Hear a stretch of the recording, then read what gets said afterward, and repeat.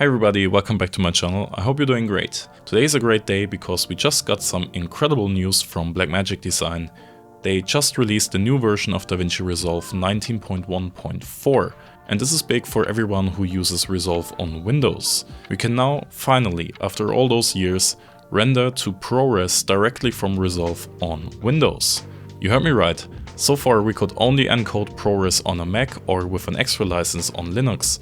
But now in Resolve 19.1.4, we can render ProRes on Windows and Linux natively.